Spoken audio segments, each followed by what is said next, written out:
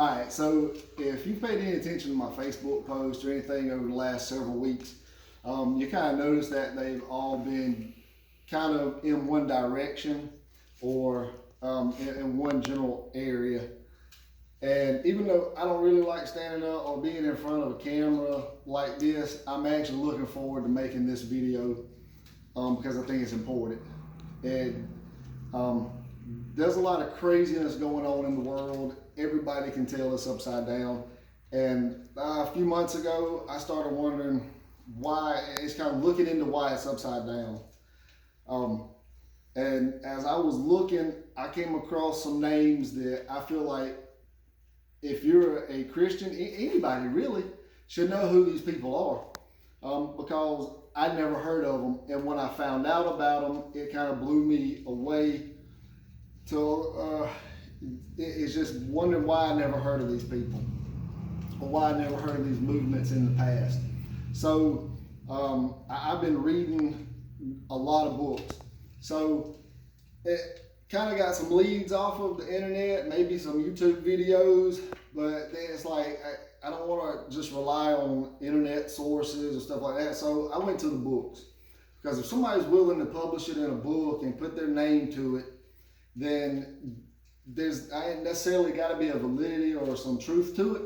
But the fact that none of these people are, if you can't sue somebody for defamation or slander, what's your only other option? And it's to censor them, call them conspiracy theorists, call them crazy. So we can get caught up in left and right, Republican and Democrat, white and black, all of this. But I'm telling you, the world is being ruled by a cult. And we can see and show you exactly how our hands have touched and been involved in everything from the Civil War to the Bolshevik Revolution, the World War I, World War II, and all the way up through to now. And I want to show you exactly kind of how this all came about, especially when you put the things that like Mel Gibson has said, or all the things that have come about the level of Satanism and the child sacrifices and all that you hear about in Hollywood. And some people's like, oh yeah. Some people's like, no, that's crazy. So let's see how crazy it really is. So as I got to looking and going backwards, I come across the name the Sabbatean Frankist. So here's where I'm going to start, because you need to know who is Sabbatai Zevi. That's the first one. All right. The first name, Sabbatai Zevi. And we call him Sabbatean Frankist, Sabbatai Zevi. And I got my little notes. I'm in front of my roll-up door at my store because it's magnetic. I want to put my magnetic stuff up here and kind of lay it all out how it goes. So, and here's the thing. Yeah, none of the books that I've read have been debunked. They just get classified as conspiracy theorists or things like that. But they lay out so much detail and tell you a history that has been whitewashed or just on purpose not told. I did take a class. I did go to a Bible college. I took a class in Jewish roots and history, and I never heard of Sabbatai Zevi. But Sabbatai Zevi was born in 1626. Earlier in life, he was a rabbi. He started studying this book called the Kabbalah.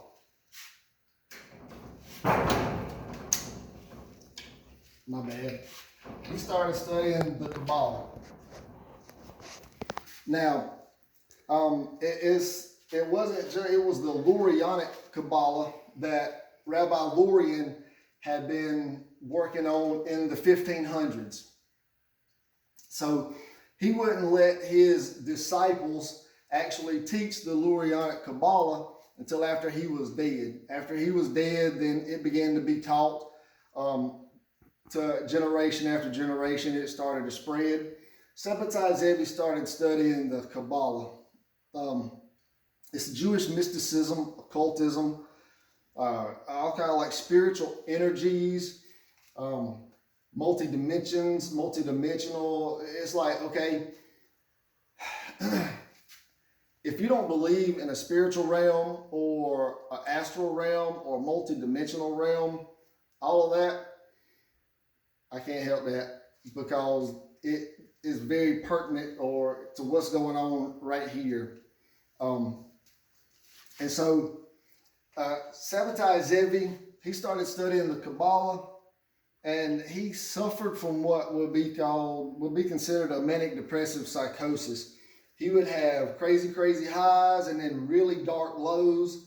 And it was said at the time that when he was on his really big, like his highs, that he could do like miraculous things, magical things almost.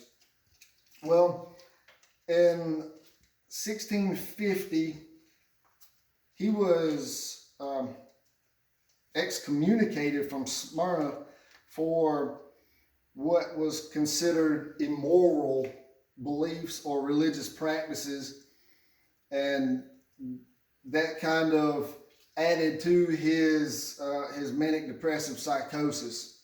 So around 1665, Sabbatai Zevi hears about a man named Nathan of Gaza.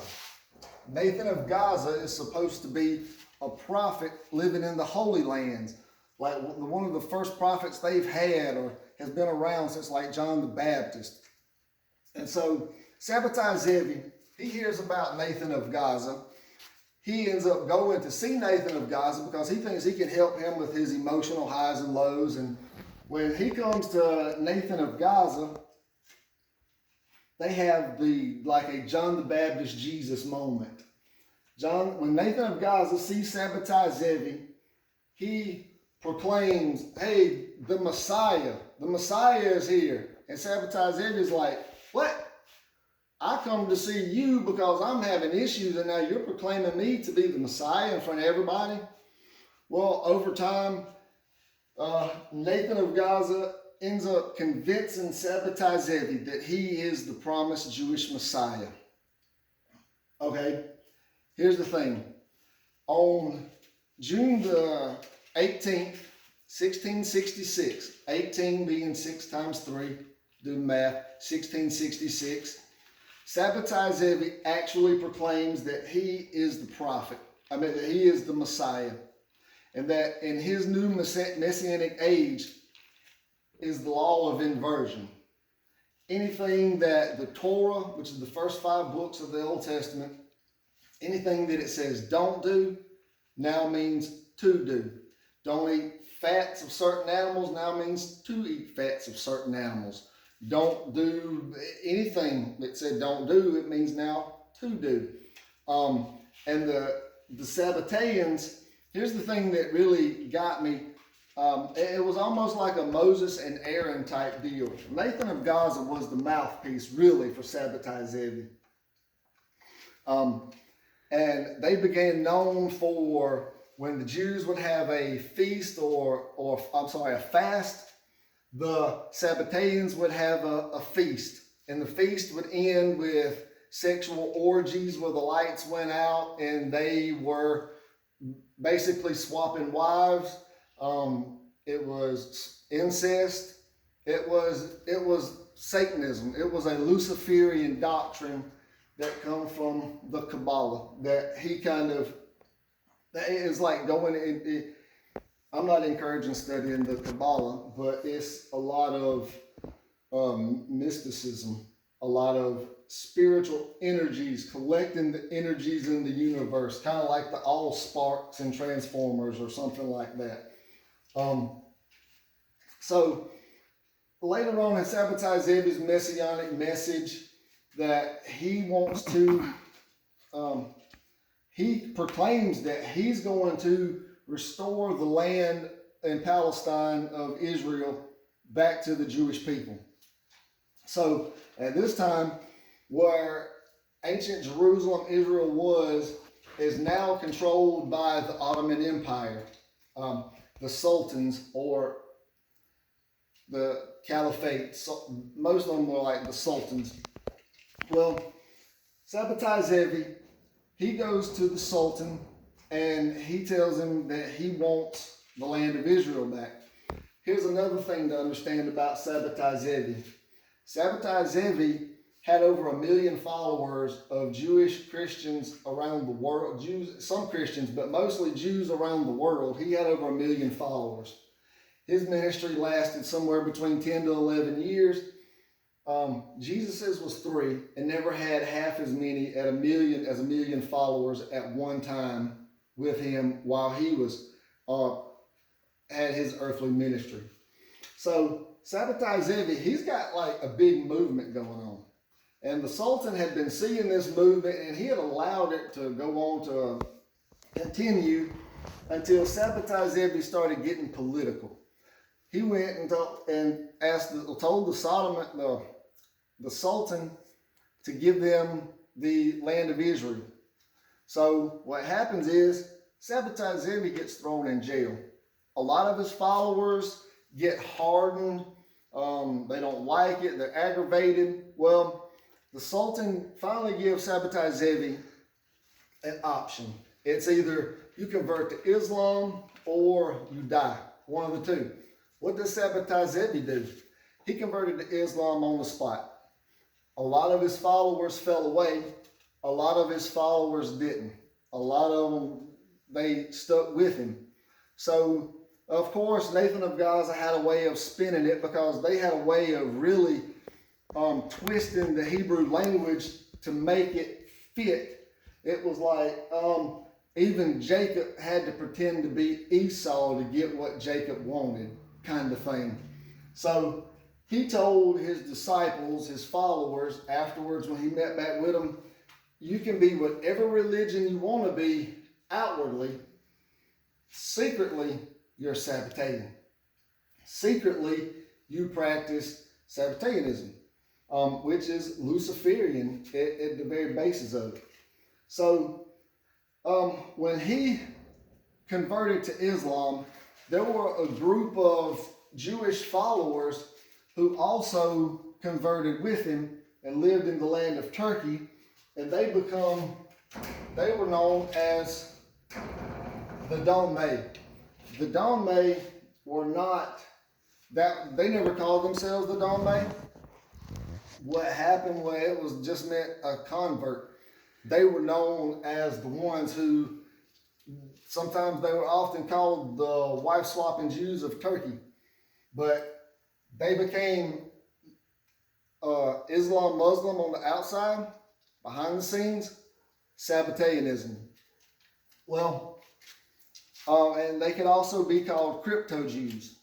Well, Sabbatai Zevi also started getting into Sufism, which is Islam form of mysticism and a lot like the Kabbalah, but it's pretty evident that he had started studying Sufism, and I'm not getting into his burial and all that because that is a conspiracy theory of actually where he's buried. So, and I'm not interested in conspiracy theory. I want to know what are the facts. So Sabbatai Zevi, the group of Donmei, who were converts, Nathan of Gaza. Sabbatai Zevi dies in 1676. There were a lot of his followers, most all of them, they were split up in sects of different places, all over the place. Biggest ones was in Turkey and Poland, if I remember right. Well, along comes another guy, and this is where it really turns dark, because then we have Jacob Frank. Jacob Frank was born in 1726 in Poland to a Sabbatean family. He studied and practiced the Lurianic Kabbalah. Let's set this right here because he practiced the Kabbalah also. Well, when he was 24 years old, he left in 1750 and he goes to Turkey as a traveling cloth salesman to some extent. Well, he ends up meeting the Donmei. Jacob Frank, which his real name was Yakov ben Judah Leib Frankovich. So he leaves Poland as a Frankovich, and he spends time with the Dame. When he comes back, they started calling him Frank because he looked like one of the people from Turkey. So he takes the name Jacob Frank. Well, when Jacob Frank, he starts proclaiming that he is the reincarnation of Sabbatai Zevi and Jacob from the Old Testament, which would be Abraham's grandson. He believed he was the reincarnation of all those. Well, his message was just the same as Sabbatai Zevi. It was everything's inverted. Writing's inverted, everything. But Jacob Frank, he started preaching and insisting that child sacrifices were necessary, that rape, murder, and torture were necessary, that blood drinking was necessary. And he had a really dark, messianic. I just don't see how people could. If somebody told me I had to drink blood, you're crazy. But he does it, and he amasses a following of up to 50,000 people all over Europe. He's spreading his message all over. He urged his members to sin as much as possible to attain salvation. Well, Jacob Frank's goal was to annihilate every religion and positive system of belief. And he encouraged the women of the towns or that would be followers to leave their husbands, to perform sexual acts with multiple people, all kind of perversion. And so in 1752, he married a Bulgarian Jew, and he used his wife and eventually his daughter to to ensnare men, to build his cult, and to gain political leverage over certain people. And Jacob Frank always seemed to be able to draw an audience from some of the richest people, powerful people, princes.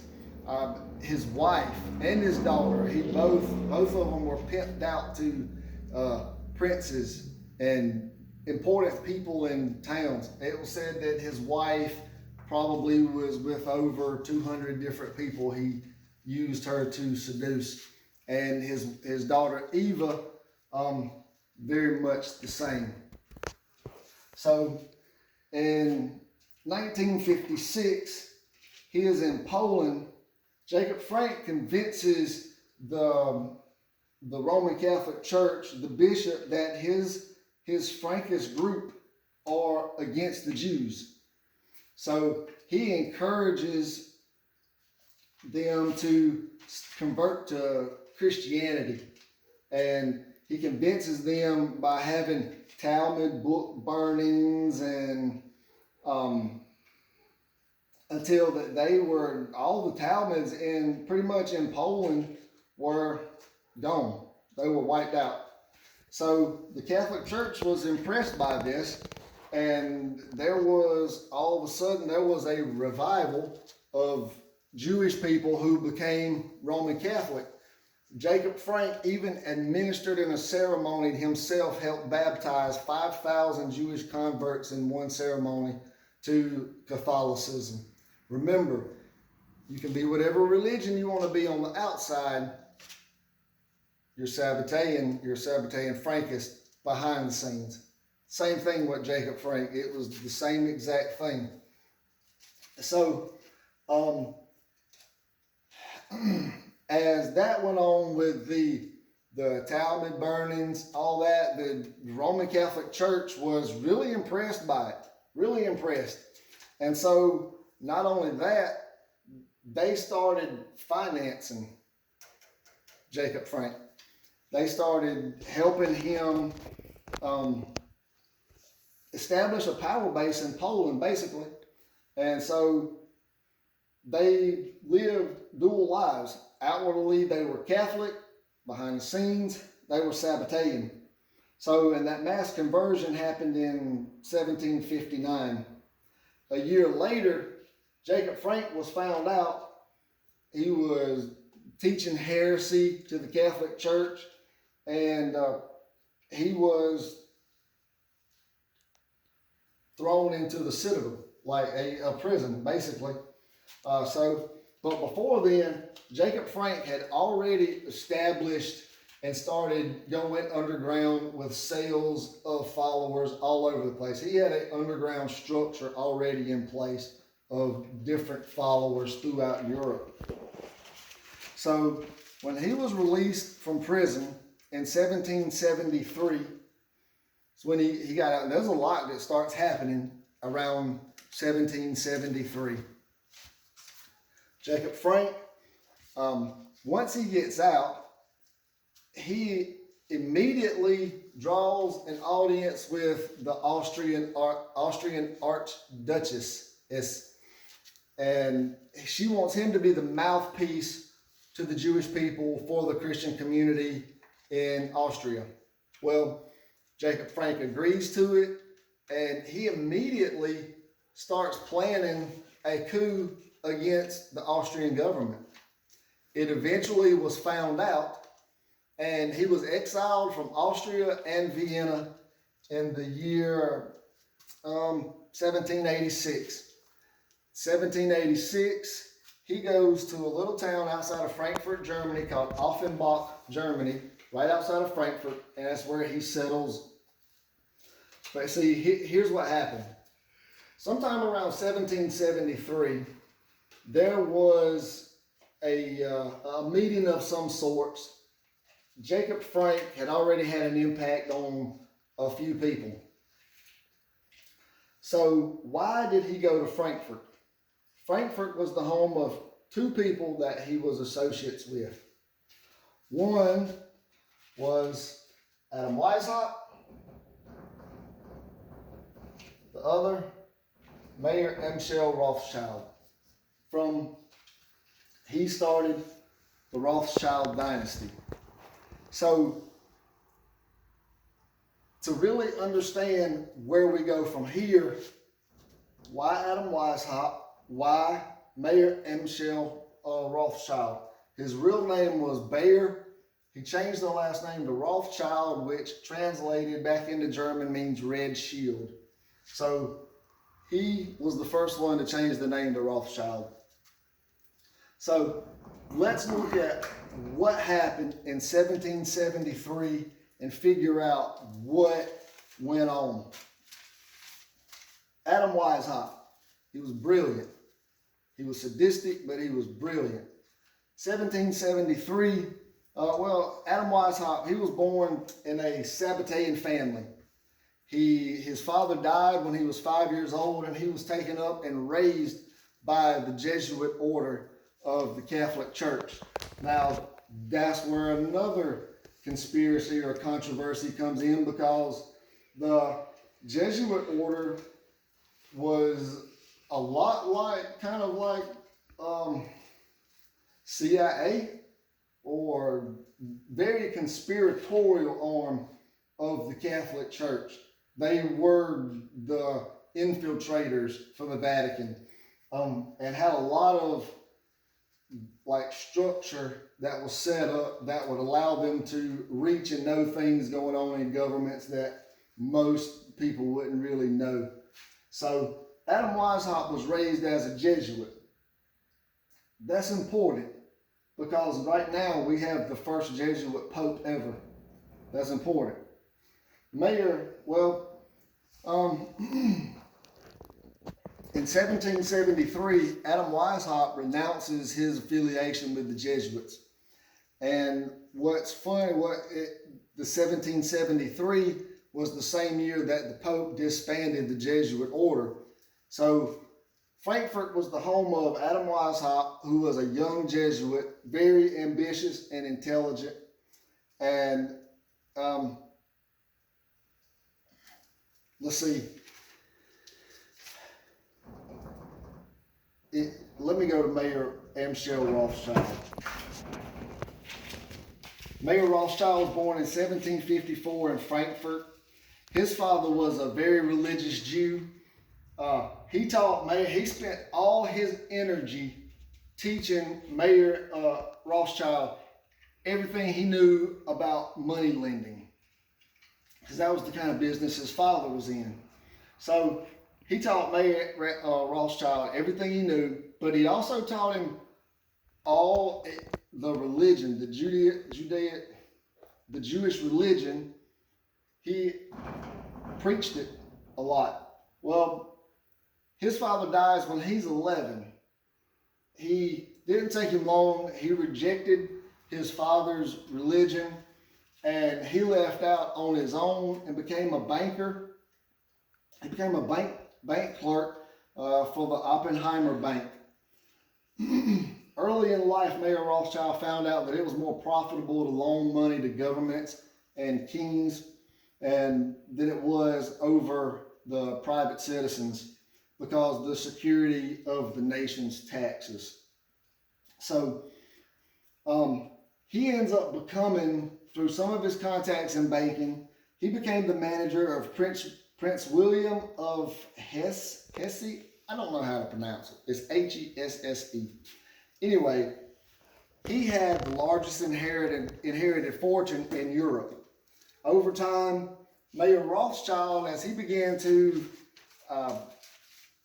his influence started jumping borders to Denmark and beyond, all around throughout Europe. And what Mayer Rothschild did was he started renting out German mercenaries to other countries.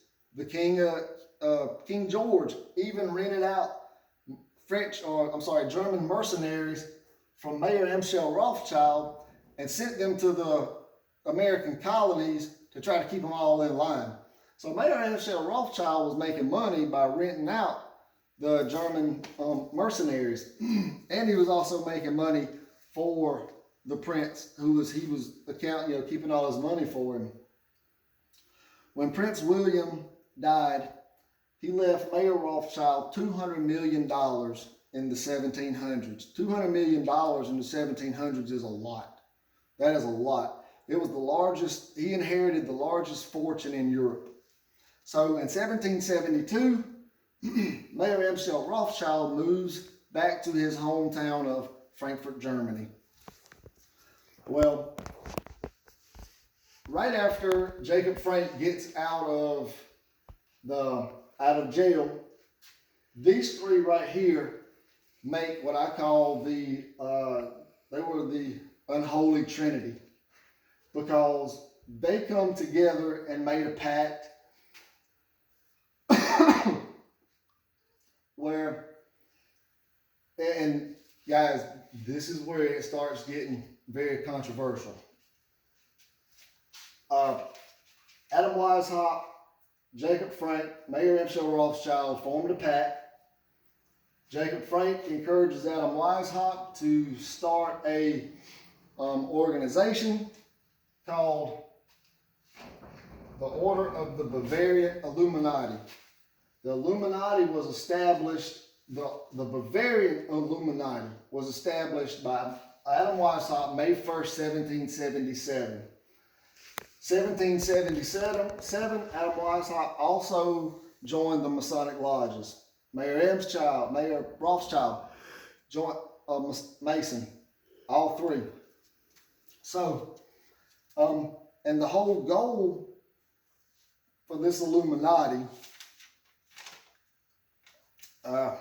I'll get back to that in a minute. So now you have Adam Weishaupt, Mayer Rothschild, who is the money. He's the money. He's the conspiracy. He's got the ability to spread his religious views. Now here's the thing. Mayer Amschel Rothschild accepted Jacob Frank's message. Over time, before 1777, Mayer Rothschild convinced Adam Weishaupt to accept the Frankist message. Adam Weishaupt becomes a Sabbatean Frankist. Well, so what were the goals of the Illuminati? One was to abolish all monarchies and ordered governments. Two, abolish private property and inheritances.